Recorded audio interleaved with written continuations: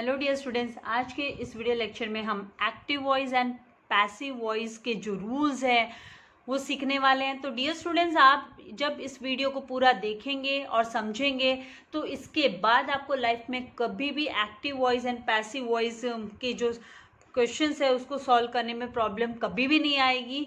ये मेरी गारंटी है, क्योंकि यहाँ पर जिस तरीके से rules and regulations in short में आप लोगों को बताने वाली हूँ वो आपके माइंड में लाइफ टाइम के लिए फिट हो जाने वाले हैं। आप अपने फ्रेंड्स, अपने सिबलिंग्स सभी को आप सिखाने में सक्षम हो जाएंगे। तो ये वीडियो को लास्ट तक देखिएगा, आपको डेफिनेटली, मुझे गारंटी है, आपको ज़रूर से हेल्प मिलेगी, मदद मिलेगी, और साथ ही आपको अपनी लैंग्वेज बूस्टअप करने में एंड कम्युनिकेशन स्किल को भी इम्प्रूव करने में आपको इसके साथ में मदद मिलने वाली है। क्योंकि यहाँ पर जो हम active voice and passive voice के बारे में सीखने वाले हैं, तो active voice and passive voice जो है वो हमारे दो कान की तरह है। हमारे दो कान, मतलब मेरा कहने का मतलब दो ईयर्स हमको मिले हैं। अगर हम बोले कि भी कान पकड़ो, तो इसमें से कोई भी कान पकड़ो, कोई फर्क नहीं पड़ता। आप अपना लेफ्ट ईयर पकड़ो, कैच होल्ड करो, या आप अपना राइट जो ईयर है वो कैच होल्ड करो, कोई फर्क नहीं पड़ता। तो इसी तरीके से ये active voice and passive voice है, ये भी काम करता है। इनमें से कोई भी आप जब लैंग्वेज आप जब स्पीक आउट कर रहे हो, आप जब स्पीकिंग कर रहे हो, इंग्लिश बोल रहे हो, तो उस वक्त आप इनमें से कोई भी आप है ना सेंटेंस को पैसिव वॉइस में भले आप अपने बात को रखो, अपने मत को रखो, भले आप एक्टिव वॉइस में अपने मत को रखो, उससे कोई फर्क नहीं पड़ता है। जैसे कि हम एग्जाम्पल, ये जो है active voice and passive voice के कंसेप्ट को समझने के लिए, इसका कॉन्सेप्ट समझना पहले बहुत ज़रूरी है कि ये है क्या, क्या एक्टिव वॉइस होता है, क्या पैसिव वॉइस होता है। तो यहाँ पर हम एक एग्जाम्पल के साथ करेंगे कि इसमें जो कॉन्सेप्ट है, इसमें SVO वाला कॉन्सेप्ट होता है, SV+O। ये SVO क्या होता है, तो ये जो है सब्जेक्ट, वर्ब एंड ऑब्जेक्ट को मिलाकर एक जो है सेंटेंस तैयार होता है। ऑब्जेक्ट, वर्ब एंड सब्जेक्ट को मिलाकर ही सेंटेंस तैयार होता है। तो यहाँ पर एग्जाम्पल मैं आप लोगों के सामने दो एग्जाम्पल्स आपको सामने रखूंगी, आपको उनको केयरफुली ऑब्जर्व करना है एंड आपको समझना है। आपको एग्जाम्पल्स को समझना है कि उसमें क्या एग्जाम्पल में दिया गया है। तो जहाँ मान लीजिए यहाँ पर हम बोलते हैं कि आई हेल्प्ड हर, मैंने उसकी मदद की, मैंने उसकी मदद की। तो यहाँ पर मैंने उसकी मदद की, ये एक सेंटेंस हो गया, उसकी मदद की। तो अब ये एक्टिव वॉइस है कि पैसिव वॉइस है, ये समझने की जरूरत है हमें कि ये एक्टिव वॉइस है या पैसिव वॉइस है। तो इसको समझने के लिए हमें इसके सब्जेक्ट, मतलब ये जो फर्स्ट यहाँ पर स्टार्टिंग में जो होता है, ये आई, ये सब्जेक्ट है, this is subject. And helped जो है, हेल्प्ड ये वर्ब है, एंड हर जो है ये ऑब्जेक्ट है। तो यहाँ पर ये जो सब्जेक्ट है, ये आपको चेक करना है कि ये सब्जेक्ट जो है उसमें ये डूअर है क्या, इज दिस अ डूअर। आई यहाँ पर डूअर का काम कर रहा है, मतलब ये करने वाला, एक्शन करने वाला, ये एक्शन कर रहा है। एक्शन कौन कर रहा है? आई हेल्प्ड हर। तो मैंने मतलब सब्जेक्ट हुआ, और उसकी मतलब ऑब्जेक्ट हुआ, एंड मदद की ये हो गया वर्ब, ये हो गया वर्ब। तो ये जो है, जो डूअर होता है, जो डूअर होता है एक्टिव वॉइस में क्या होता है, एक्टिव रोल प्ले करता है डूअर। डूअर जो होता है, मतलब यहाँ पर डूअर ये एक्टिव रोल प्ले करता है। डूअर करने वाला जो बंदा है वो एक्टिव रोल प्ले करता है, एक्टिव रोल प्ले करता है। एंड जो जिसको मदद मिली मतलब रिसीवर, हम बोलेंगे यहाँ पर कि ये जो है वो रिसीवर है, रिसीवर ये रिसीव कर रहा है, रिसीवर है। तो ये रिसीव करने वाला बंदा है, तो इसका कोई एक्टिव रोल नहीं, इसका जो रोल है वो पैसिव है, इसका जो रोल है वो पैसिव रोल है, मतलब निष्क्रिय रोल।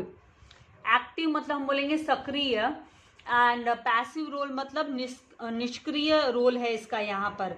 तो यहाँ पर, और मदद ये है वर्ब, ये हुआ वर्ब कि क्या एक्टिविटी हुई है, क्रिया क्या हुई है, जिसे हम वर्ब को हम क्रिया बोलते हैं हिंदी में कि भाई क्या क्रिया हुई है, कार्य क्या हुआ है। तो मदद करने का कार्य हुआ है, क्रिया मदद करने का कार्य हुआ है। किसने मदद की? तो मैंने मदद की। किसकी मदद की? तो उसकी मदद की। तो यहाँ पर मैंने उसकी मदद की, इसी सेंटेंस को, तो ये तो हुआ हमारा एक्टिव वॉइस, इसको हम बोलेंगे एक्टिव वॉइस। जब जो डूअर होता है उसका स्थान सबसे पहले आता है, उसकी जो प्लेस है वो सबसे पहले फर्स्ट जब डूअर आता है तो उसको हम एक्टिव वॉइस बोलते हैं।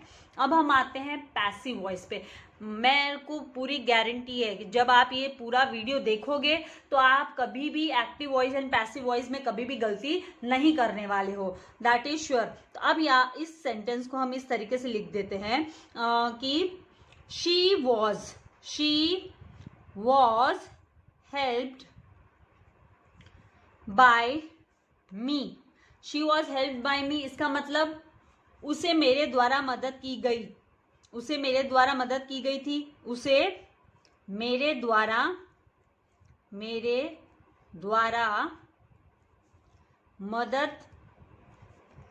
की गई थी, उसे मेरे द्वारा मदद की गई थी। तो यहां पर जो बंदा है, जो रिसीवर है, रिसीवर पहले आ जाता है, रिसीवर सब्जेक्ट के प्लेस पे आ जाता है। रिसीवर कहाँ आ जाता है? सब्जेक्ट के प्लेस पे। She is a receiver and ये सब्जेक्ट के प्लेस पे आया है, रिसीवर सब्जेक्ट के प्लेस पे आ गया। एंड जो मी है इंग्लिश सेंटेंस में यहाँ पर देखेंगे तो मी बाद में आया है, मी जो है वो बाद में आया है। जो डूअर है, जो मदद कर रहा है, जो डूअर है वो बाद में आया है। यहाँ पर भी देखिए उसे, हिंदी सेंटेंस में देखेंगे तो उसे मतलब रिसीवर जो है वो पहले आया और मेरे द्वारा की गई है मतलब मेरे है वो बाद में आया है, जो डूअर है वो बाद में आया है। तो मतलब ये जो सेंटेंस है वो पैसिव वॉइस है, इसको हम पैसिव वॉइस बोलेंगे। This is called as passive voice, इसे हम पैसिव वॉइस बोलेंगे। अब दोनों भी जो सेंटेंसेस है हमारे सामने कि आई हेल्प्ड हर, और इसी सेंटेंस को हम दूसरे तरीके से बोलते हैं शी वॉज हेल्प्ड बाय मी। इससे इसका जो मूल स्वरूप है, जो क्रिया है वो चेंज नहीं होती, क्रिया वही हुई है, मदद करने वाली बात यहाँ पे हो रही है कि मदद हुई है। तो दोनों में भी जो है उसमें उसका मीनिंग चेंज नहीं होता है, इसमें जो क्रिया की जा रही है उसमें कोई चेंजेस नहीं आ रहा है। जस्ट इसके सब्जेक्ट में जो एक्टिव वॉइस में जो सब्जेक्ट है वो पहले आता है, वो डूअर होता है, दैट इज डूअर। और जो पैसिव वॉइस में जो सब्जेक्ट है वो रिसीवर होता है, वो रिसीवर होता है। तो पैसिव वॉइस में जब पहले हम रिसीवर को लिखेंगे तो इसका मतलब वो पैसिव वॉइस हुआ। तो यहाँ पर ये चीज हमको ध्यान में रखने वाली बात है। अभी यहाँ पर जो डूअर है ये ऑप्शनल है, अगर आपको बाय मी लिखना है तो लिखो, बाय में लिखना है तो लिखो, नहीं लिखना है तो मत लिखो, दिस इज ऑप्शनल।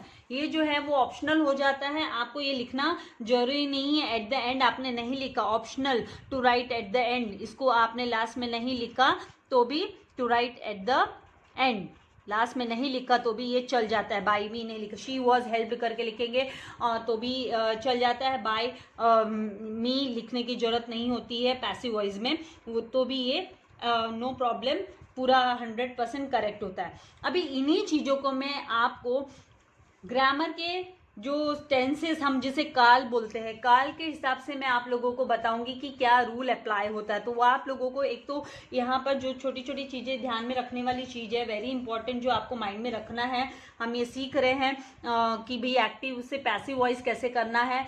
तो एक्टिव टू पैसिव करने के लिए, एक्टिव टू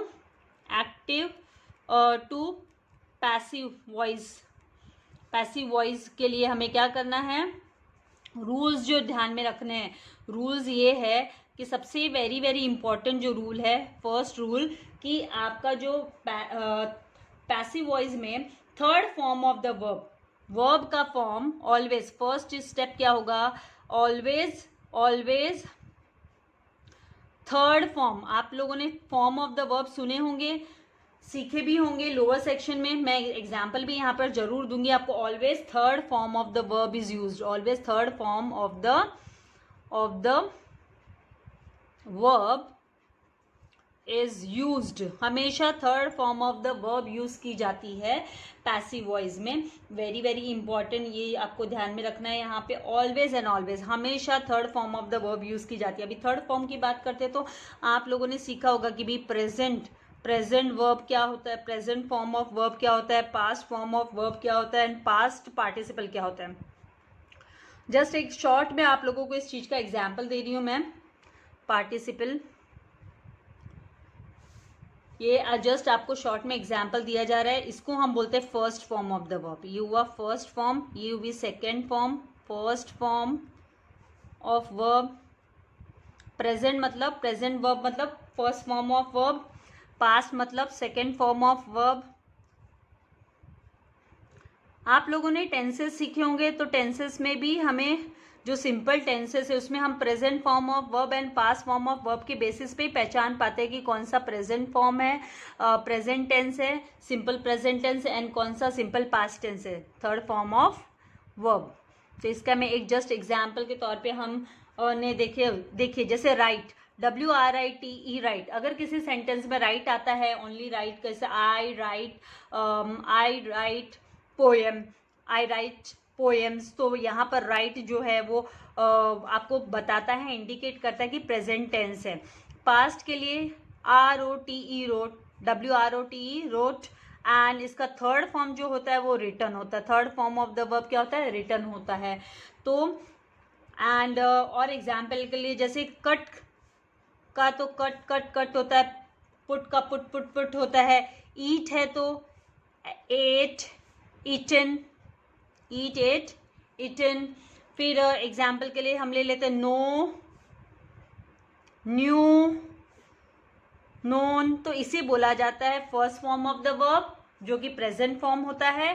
सेकेंड फॉर्म जो होता है वो पास्ट फॉर्म होता है, एंड जो थर्ड फॉर्म होता है वो पास्ट पार्टिसिपल जिसे हम बोलते हैं third form of the verb. तो आपको याद रखना है ऑलवेज, आपको यहाँ पर जब आप पैसिव वॉइस में कन्वर्ट कर रहे हो, एक्टिव वॉइस को पैसिव वॉइस में कन्वर्ट कर रहे हो, तो आपको third form of the verb use करनी है। वो भले किसी भी टाइप का सेंटेंस हो, for any type of sentence आपको third form of the verb use करना है, भले वो प्रेजेंट टेंस वाला हो या कंटिन्यूस टेंस वाला हो, भले पास्ट परफेक्ट वाला हो, परफेक्ट प्रेजेंट परफेक्ट वाला हो, उससे कोई फर्क नहीं पड़ता है। अभी यहाँ पर आप लोगों को दूसरी चीज आपको याद ध्यान में रखने वाली चीज जो है वो मैं आपको टेंसेस के साथ में बता देती हूँ। अगर आपकी डिमांड आई तो मैं टेंसेस पे एक सेपरेट वीडियो जरूर आप लोगों के लिए बनाऊंगी। मुझे उम्मीद है कि आप लोगों ने टेंसेस सीख रखे होंगे जिसे हम काल बोलते हैं, लेकिन अगर आपको टेंसेस में भी अभी भी कंफ्यूजन होता है तो just let me know, comment box में जरूर से टेक्स्ट कीजिएगा ताकि मैं आप लोगों के लिए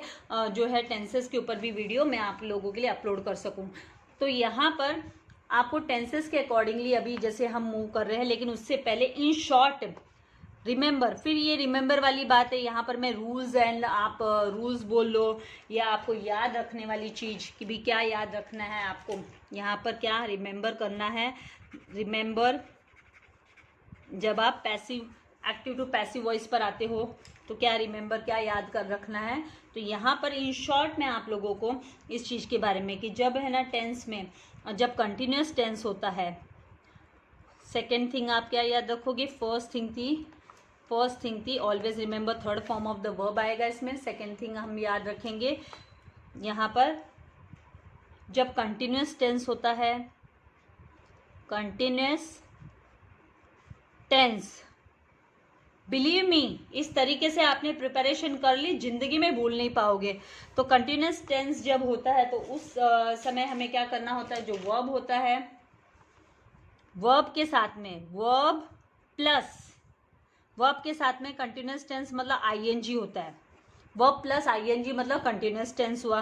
this is your continuous tense. जब भी आपको किसी भी सेंटेंस में आईएनजी, वर्ब के साथ आईएनजी दिख गया तो मतलब वो जो टेंस है आपका, वो जो सेंटेंस है वो कंटिन्यूस है, वो कंटिन्यूस टेंस वाला सेंटेंस है। तो यहाँ पर जब आपका ये आईएनजी के साथ दिखाई देता है तो रूल क्या है, जब आप पैसिव में कन्वर्ट कर रहे हो तो आपको ध्यान में रखना है कि बाय द रूल, जैसे हम टेंसेस पे आते हैं तो जैसे एम आया, एम प्लस आपका इज आया, एम ले लो, इज ले लो, आपके क्वेश्चन में एम आ गया, इज आ गया, आर आ गया, तब आप किस तरीके से उसको प्रेजेंट करोगे, एम इज, फिर आर है, फिर आप बोल दो कि वॉज है, वर है।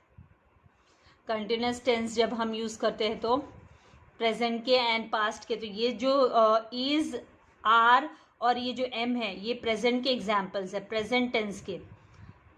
ये जो वर्ब है प्रेजेंट टेंस में यूज होते हैं, एंड जो वॉज एंड वर है ये पास्ट टेंस में यूज होते हैं। पर कोई टेंशन नहीं है, अगर आपका टेंस जो है वो कंटिन्यूस टेंस है तो आपको क्या करना है, तो आपको जब आप पैसिव में कन्वर्ट कर रहे हो, जब आप उसको पैसिव वॉइस में कन्वर्ट कर रहे हो, पैसिव वॉइस में कन्वर्ट कर रहे हो, while converting into passive voice, while converting into passive voice,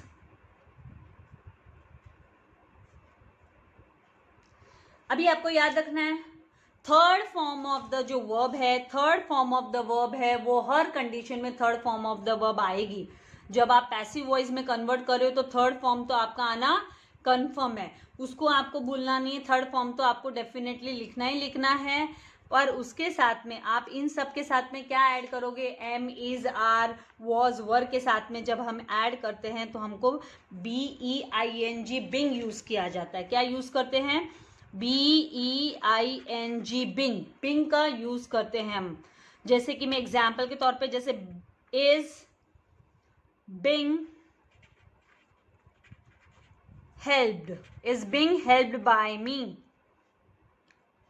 I am helping her, इस तरीके से अगर सेंटेंस आ जाता है I am helping her तो is being helped by me, she is being helped by me, इस तरीके से सेंटेंस बनता है। तो ये एग्जाम्पल के तौर पे मैं आपको इन सेंटेंसेस के एग्जाम्पल्स भी जरूर दिखाने वाली हूँ एक एक करके। बस ये मैंने आपको बताया कि जब कंटिन्यूस होता है तो आपको वेरी वेरी इंपॉर्टेंट याद रखने वाली चीज है, very very very very important, कि आपको BEING बिंग याद, बिंग है वो ऐड करना है, बिंग ऐड करना है। और third form of the verb plus third form of the verb आएगा, third form of the verb आपका आएगा। बाकी तो ये एज इट इज, एम है तो एम बिंग, इज है तो इज बिंग, आर है तो आर बिंग, अगर वॉज है तो was being helped, were being helped, इस तरीके से हम लिखते हैं। अभी अगर ये पास्ट, यहाँ पर अगर हम बात करें कि भाई परफेक्ट टेंस वाली बात करते हैं, अगर ये परफेक्ट टेंस वाली कहानी होती है कि भाई आपका जो सेंटेंस है वो परफेक्ट टेंस में है, अगर सेंटेंस परफेक्ट टेंस में है, परफेक्ट टेंस है आपका सेंटेंस जो है वो परफेक्ट टेंस है, तो परफेक्ट टेंस में क्या होता है, जो प्रेजेंट परफेक्ट टेंस होते हैं तो प्रेजेंट परफेक्ट टेंस में हैज़ एंड हैव आता है, हैज़ एंड हैव आता है। एंड पास्ट परफेक्ट में क्या आता है, पास्ट परफेक्ट में HAD हैड आता है। तो जब भी प्रेजेंट परफेक्ट टेंस है या पास्ट परफेक्ट टेंस है तो उसमें आपको याद रखना है कि आपको ऐड जो करना है, यहाँ पर आप जो ऐड करेंगे वो होगा BEEN बीन। देखो आपका वर्ब तो आना है, वर्ब के साथ BEEN बीन प्लस आपको third form of the verb, third form of the verb, इतना ही करना रहता है आपको। यहाँ पर टेंस के हिसाब से ध्यान में रखना है। परफेक्ट है तो हैज, हैव, हैड, ये वर्ड आते ही आपको क्लिक हो जाना चाहिए कि भाई इसके आगे आपको प्लस बिन कर देना है, इनके आगे आपको प्लस बिन कर देना। And third form of the verb तो हमको जो लिखना है वो कंपल्सरीली हमें लिखना ही है, प्रेजेंट करना ही है, third form of the verb.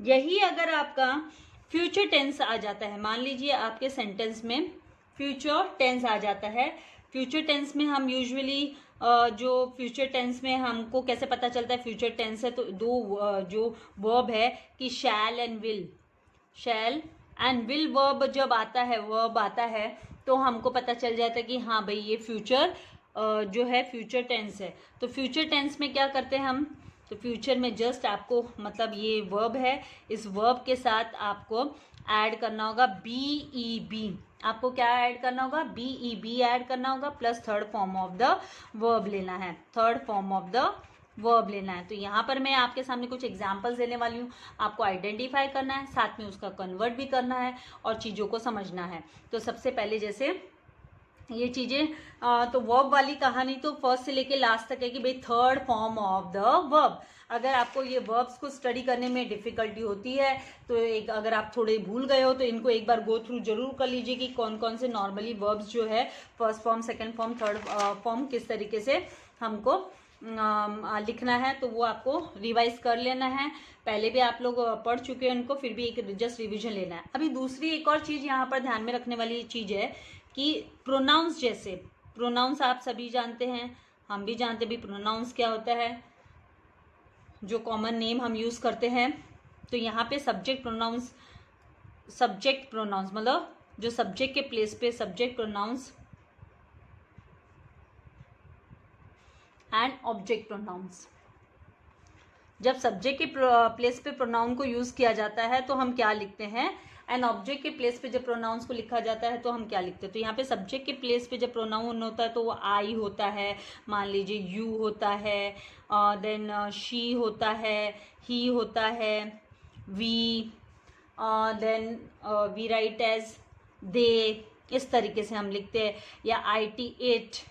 तो आपको इसको जब आप ऑब्जेक्ट के प्लेस पे ले जाते हो, जैसे कि हमने यहाँ पे फर्स्ट सेंटेंस मैंने एग्जांपल दिया था कि भाई आई हेल्प्ड हर, तो हर को जब हम सब्जेक्ट के प्लेस पे लाए, रिसीवर यहाँ पर ये सब्जेक्ट के प्लेस पे आया तो शी बन गया, क्या बन गया, शी। तो सब्जेक्ट के प्लेस पे जब प्रोनाउन को लाया जाता है तो इसी तरीके से प्रोनाउन दिखने चाहिए आपके सब्जेक्ट के प्लेस पे। हम सब्जेक्ट के प्लेस पे ये नहीं लिख सकते कि हर वॉज हेल्प्ड बाई मी, इस तरीके से हम लिख नहीं सकते, राइट। तो यहाँ पर इसका जब ऑब्जेक्ट के प्लेस पे जब ये जाता है तो ऑब्जेक्ट के प्लेस पे ये मी करके आता है, यू का यू ही रहता है, शी का हर करके आता है, देन ही है तो him, by him, then we का अस लिखते हैं हम, दे का देम लिखते हैं, THEM देम, एंड इट है तो IT इट ही लिखा जाता है। तो इस तरीके से हम लिखते हैं। तो ये सब चीज़ें यहाँ पर पॉइंट्स टू रिमेंबर वाली चीज़ें हैं। आप अपना नोट्स खुद बनाइएगा अपने तरीके से, और एक बार अपना नोट्स बनाएंगे और इसको स्टडी करेंगे एक्टिव वॉइस पैसिव वॉइस, तो जैसे मैंने आपसे पहले भी कहा, आप लाइफ टाइम ये भूल नहीं पाओगे, और हमेशा लाइफ में जब भी किसी को डाउट होगा एक्टिव वॉइस पैसिव वॉइस में, तो आप डेफिनेटली उनको सिखाने में भी सक्षम हो जाओगे। तो यहाँ पर हम कुछ एग्जाम्पल्स हैं जो जस्ट गो थ्रू कर लेते हैं, स्टडी कर लेते हैं। तो सबसे पहला जैसे मैंने एग्जाम्पल लिया कि शी राइट्स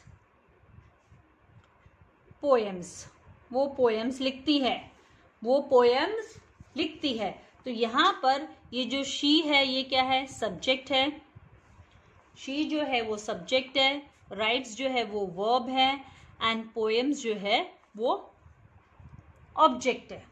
पोएम है ऑब्जेक्ट। अब इसको जब आपको, ये एक्टिव वॉइस है, आपको इसको चेंज द वॉइस बोला, मतलब चेंज द वॉइस मतलब आप एक्टिव से इसको पैसिव में कन्वर्ट करोगे, चेंज द वॉइस। यहाँ पर एग्जाम्पल्स को सॉल्व कर रहे हैं हम, चेंज द वॉइस कर रहे हैं, मतलब ये एक्टिव से हम पैसिव में। तो एक्टिव के लिए मैं यहाँ पे ब्रैकेट में ए लिख देती हूँ, एक्टिव। इसका आंसर जो पैसिव में होगा, ऑब्जेक्ट को हम पहले लाएंगे, फर्स्ट हम ऑब्जेक्ट को लिखेंगे, दैट इज पोएम्स। अब हमें यहाँ पर समझने वाली चीज़ है कि भाई ये प्रेजेंट टेंस है कि पास्ट टेंस है। तो ये प्रेजेंट है, ये जो वर्ब है ये प्रेजेंट है। जब भी राइट या एस कर आ जाता है, दे राइट, दे के साथ हम राइट लिखते हैं, राइट, या एस कर आ गया, अगर वर्ब में एस कर आ गया, या नॉर्मल जो first form of the verb है, तो हम उसको प्रेजेंट टेंस मानते हैं। और प्रेजेंट टेंस में क्या यूज किया जाता है, प्रेजेंट टेंस में हम am, देन इज या आर यूज करते हैं वर्ब के लिए। तो जब हम उसको पैसिव में कन्वर्ट करें तो यहाँ पे क्या फिट होगा, पोएम्स है, तो पोएम्स है तो यहाँ पर जो फिट होने वाला है वो आर होने वाला है, ARE। तो यहाँ पर हम लिखेंगे पोएम्स आर। एंड इसका राइट्स का third form of the verb क्या होता है, third form of the verb इसका होता है रिटर्न, राइट, रोट, रिटर्न। तो return third form of the verb हो गया, ये थर्ड फॉर्म है वर्ब का, थर्ड फॉर्म, ठीक है। फिर बाय, शी के जगह पे हम लिखते हैं हर, बाय हर। तो यहाँ पर एक बाय भी यूज किया जाता है, बाय हर। तो ये हो गया इसका जो फॉर्म, यहाँ पर हमने पैसिव वॉइस, पैसिव में इसको कन्वर्ट किया, प्रेजेंट को पैसिव में कन्वर्ट कर दिया। अभी नेक्स्ट जो है वो हम देखेंगे कंटिन्यूअस टेंस को लेकर। तो यहाँ पर एग्जाम्पल हम ले लेते हैं, छोटा सा एग्जाम्पल लेते हैं, छोटे से एग्जाम्पल थोड़ा समय कम लगता है। तो यहाँ पर हम लिख लेते हैं कि चलो, he is teaching us maths, math, he is teaching us math, mathematics बोल दो चलो, he is teaching us mathematics, he is teaching us mathematics. तो यहाँ पर जो सब्जेक्ट है वो है ही इज टीचिंग। तो यहाँ पर देखिए ये आईएनजी आ गया। मैंने आपसे कहा था जब आईएनजी आ जाता है वर्ब में तो मतलब ये कंटिन्यूस टेंस है, और जब कंटिन्यूस टेंस है तो हम बीईआईएनजी बिंग यूज करते हैं। हम क्या यूज करते हैं? बीईआईएनजी बिंग यूज करते हैं। और यहाँ पर ये जो यूएस अस है, यूएस अस भी क्या है? ऑब्जेक्ट के रूप में यूज कर सकते किया जाता है। एंड मैथमेटिक्स, तो यहाँ पर जो ऑब्जेक्ट है मेनली हम यहाँ पर लिखेंगे कि भाई मैथमेटिक्स, ये जो कार्य है टीचिंग का काम है। क्या टीच किया जा रहा है? रिसीवर, मतलब मैथमेटिक्स रिसीव कर रहे हैं। हम क्या कर रहे हैं? हम मैथमेटिक्स लर्न कर रहे हैं। तो हम मैथमेटिक्स को लेंगे कि मैथमेटिक्स, हम यहाँ पर लेंगे कि mathematics is being taught to us. यहाँ पर लेंगे मैथमेटिक्स, हम रिसीव क्या कर रहे हैं वो लेना है हमको। तो यहाँ पर ऑब्जेक्ट के रूप में हम इसे, ऑब्जेक्ट के रूप में हम मैथमेटिक्स को लेंगे। ऑब्जेक्ट के रूप में हम मैथमेटिक्स को ले रहे हैं। तो मैथमेटिक्स, जो mathematics is being teach taught, taught third form भी टॉट होता है, तो being taught to us by him. कौन सिखा रहा है? तो वो हमें मैथ्स पढ़ाते हैं, पढ़ा रहे हैं। He is teaching us maths, वो हमें मैथ्स पढ़ा रहे हैं। मैथ्स हमें पढ़ाई जा रही है उनके द्वारा। तो इस तरीके से आप लोगों को पैसिव में उसको कन्वर्ट करना होता है। पैसिव में हम लिखते हैं। अभी नेक्स्ट जैसे एग्जाम्पल के तौर पे सिंपल, अभी क्विकली एग्जाम्पल एक एक दे दूंगी तो आपको प्रॉब्लम नहीं आएगी। यहाँ पर अभी हम जैसे लिखा हमने कि we have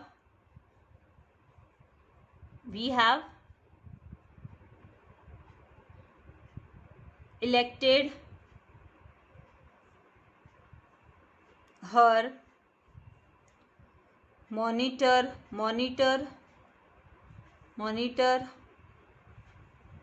of a class।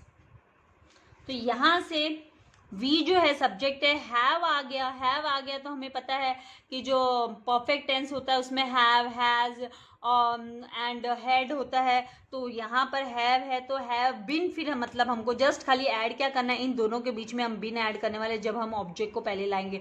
तो यहाँ पर ऑब्जेक्ट क्या है?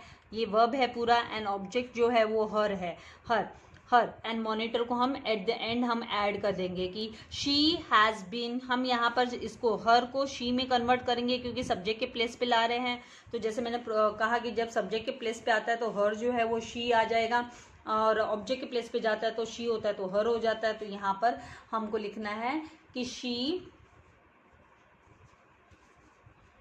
Has been. बिन ये इंपॉर्टेंट है, वेरी इंपॉर्टेंट। परफेक्ट में, परफेक्ट जो टेंस होता है उसमें, तो been elected by us. Elected, यहाँ पे elected monitor of our class, यहाँ पर आना चाहिए elected monitor of our class by us. By us optional है, ऑफ आवर क्लास। यहाँ पर ये जो बाय है ये ऑप्शनल है, आपको लिखना है तो लिख सकते हैं, नहीं लिखें तो भी कोई रॉन्ग देने वाला नहीं है। नाउ फोर्थ हम यहाँ पर बात करेंगे कि जो यहाँ पर आई, चलो रॉट ए लेटर, मैंने एक पत्र लिखा, मैंने एक पत्र लिखा। ये पास्ट टेंस, ये second form of the verb है, ये second form of the verb है। लिखकर हो गया, पास्ट टेंस है। तो पास्ट टेंस में क्या यूज होता है? जब इस तरीके से आता है तो वॉज और वर यूज होगा। तो अ लेटर वॉज, तो यहां पर लिखा जाएगा a letter was written by me. इस तरीके से आना चाहिए। ये पास्ट टेंस में वॉज या वर यूज करते हैं हम। क्या यूज करते हैं? वॉज या वर का उपयोग किया जाता है। तो जब सिंगुलर होता है तो वॉज यूज होता है, प्लूरल होता है तो वर का यूज किया जाता है। नाउ नेक्स्ट यहाँ पर चलो, mother was cooking, mother was cooking. Verb देखिए यहाँ पर जो एक्शन है उसमें एक्शन वर्ब है जो, उसमें आईएनजी आ गया। क्या कार्य हो रहा है? क्रिया क्या हो रही है? कुकिंग के काम हो रहा है, कुकिंग का आईएनजी आ गया। मतलब यहाँ पर हम बिंग यूज करने वाले, BEING being. Mother was cooking a nice food, meal, food. तो यहाँ पर हम लिखेंगे कि अ नाइस फूड जो है वो ऑब्जेक्ट है, वॉज कुकिंग वर्ब है, मदर जो है सब्जेक्ट है। ऑब्जेक्ट को लिखने लेके आ रहे हैं हम, तो यहाँ पर हम लिख देंगे कि a nice food, a nice food was being, third form of the verb cooked, cooked होता है ना, cooked by mother, by mother. Then next, ज़्यादा नहीं है, 2 और एग्जाम्पल दूंगी, फिर आपका जो जिस तरीके से, इसके अलावा इसके अपार्ट कोई रूल नहीं होता है। तो यहाँ पर जैसे कि they had lit the candles,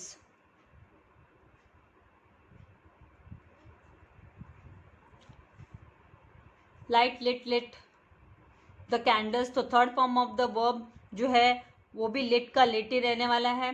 तो यहाँ पर हैड आ गया, हैज एंड हैड आता है या हैव आता है तो हमें क्या यूज करना होता है? BEN बिन, BEN बिन यूज करते हैं। और जब ING आता है तो बिंग यूज करते हैं। तो यहाँ पर हमको जो यूज करना है, द कैंडल्स, ऑब्जेक्ट क्या है हमारा? ऑब्जेक्ट जो है वो कैंडल्स है, दे वो सब्जेक्ट है। तो the candles had been, had है तो हमको बिन यूज करना है, had been used, not use, यहाँ पर lit by them, the candles had been lit by them, इस तरीके से आएगा। Then last but not least, हमारी ये जो प्रक्रिया है लर्न करने की, कम्युनिकेशन स्किल इंप्रूव करने से लेकर ग्रामर इंप्रूव करने तक की, वो जारी रहेगी। तो यहाँ पर I shall not tolerate this, I shall not tolerate this. तो यहाँ पर जब हम यहाँ पर शैल नॉट टॉलरेट, ये हो गया वर्ब, ये जो है वर्ब है, and this is the object, and I जो है वो सब्जेक्ट है। तो हम लिखेंगे this shall not be, this shall not be,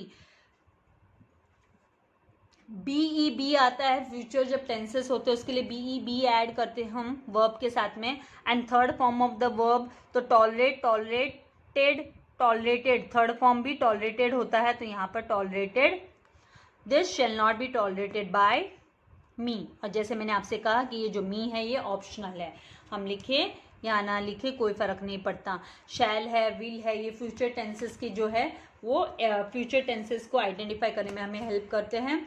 तो यहाँ पर इस तरीके से आपको करना है। आई होप आपको जो चीज़ें हैं वो समझ में आ रही है।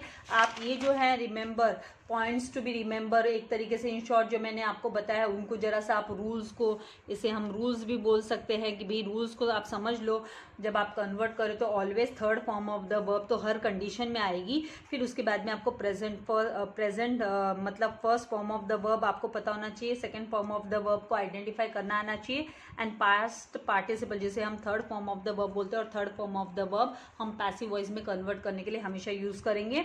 देन जब आपका कंटिन्यूअस टेंस होता होता है, भले वो पास्ट कंटिन्यूस हो या फ्यूचर कंटिन्यूस हो, तो उसमें वर्ब के साथ आईएनजी रहती है, उससे पता चलता है कि भाई ये कंटिन्यूस टेंस है, जो प्रक्रिया जारी रहती है। तो उसमें आपको क्या करना होता है, वर्ब के साथ में आप है ना BEING बिंग यूज करेंगे एंड फिर third form of the verb आप यूज करेंगे। उसके बाद में आपको third form of the verb use करनी है, इज बिंग हेल्प्ड, इस तरीके से। एंड जब आपका परफेक्ट टेंस होता है, भले वो पास्ट परफेक्ट हो या प्रेजेंट परफेक्ट हो, प्रेजेंट परफेक्ट मतलब ये has and have, and past perfect मतलब हैड, तो इसके साथ में आपको वर्ब के साथ BE इन बिन यूज करना है and third form of the verb use करना है, third form of the verb आपको यूज करना है।